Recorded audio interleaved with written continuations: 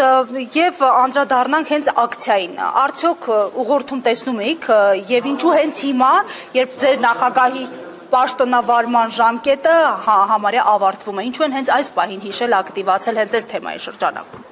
Շնորհակալ եմ։ Առաջին հերթին ուզում եմ ձեզ բոլորին լրագրողներին շնորհակալություն հայտնել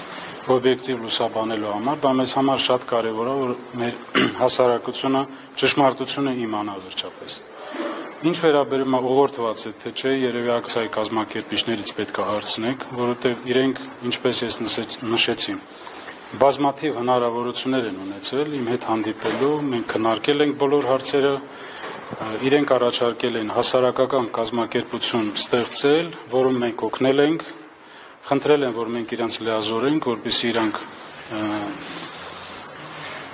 զբաղվեն այդ հարցերով եւ ներկայացնեն մեր հասարակությանը ինչա կատարվել ի վերջո Արցախում, որովհետեւ այսպես կոչված թալանը պրոյեկցում է բոլոր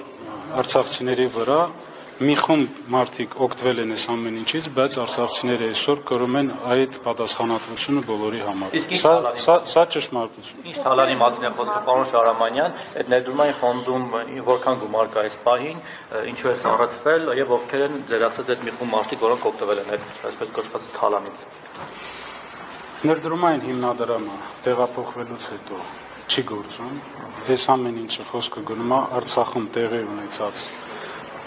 գործողությունների մասին, ներդրումային հիմնադրամը հենց դրա համար է ստեղծվել, որպեսզի տրամադրի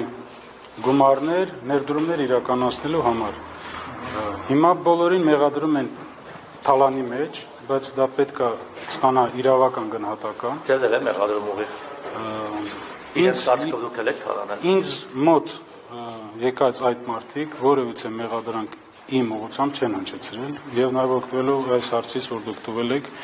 ուզում եմ դիմել նաև մեր ժողովրդին, որպեսզի ճշմարտությունը իմանան, տարբեր քննարկումներ ա գնում, որ Արցախի նախագահան ապրում է դղյակներում, չգիտեմ, ունի բիզնեսներ, տաքսի սերվիսներ, գազի զապարավկաներ ա ձեռք բերել, այս ամեն ինչը ճշմարտությանը չի համապատասխանում։ Ես Երևան քաղաքում ապրում եմ 12 թվականին իմ կողմից ձեռք բերված 60 քառակուսի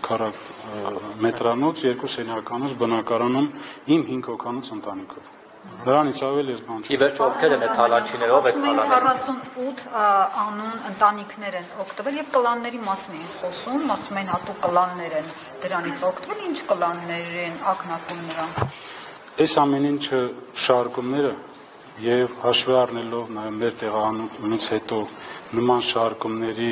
քանակի մեծությունը, մենք դիմել ենք դատախազություն, որպեսզի տա իրավական գնահատական եւ վերջո հանրությանը տեղյակ լինի, թե ովքեր են այդ մարդիկ։ Դուք տեղյակ եք, պարոն Շահրամանյան։ Մենք էլ հարց տանք, դուք հարցաքննվել եք այդ ուղղությամբ, երբ է վերջին անգամ հարցաքննությունը տեղի ունեցել եւ ինչ փուլում է։ Ես եթե չեմ սխալվում 24 թվականի փետրվար ամսին որպես վկա հարցաքննվել եմ եւ հակակոռուպցիոն կոմիտեում եւ քննչական կոմիտեում։ Դուք տեղյակ եք, պարոն Շահրամանյան, ովքեր են թալանել։ Որևէ անուն գիտեք։ Ոչ, նման բան այս պահին չի կարելի ասել, ովքեր են թալանել, մինչև չլինի, ես տեղյակ չեմ։ Չեմ կարա, ներողություն, չեմ կարա տամ իրավական գնահատական, դա պետք է տա իրավապահ համակարգ։